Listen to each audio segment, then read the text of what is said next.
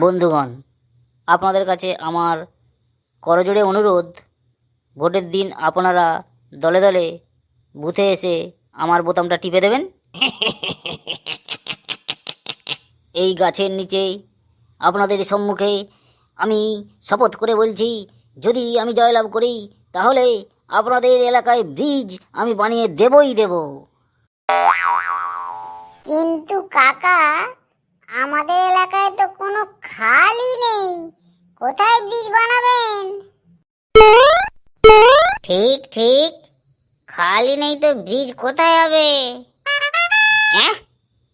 একটাও খাল নেই না। তাহলে কি করা যায়, কি করা যায়? হ্যাঁ, মনে পড়েছে। আচ্ছা, প্রথমে খাল কাটবো, তারপরে তার উপর ব্রিজ করবো।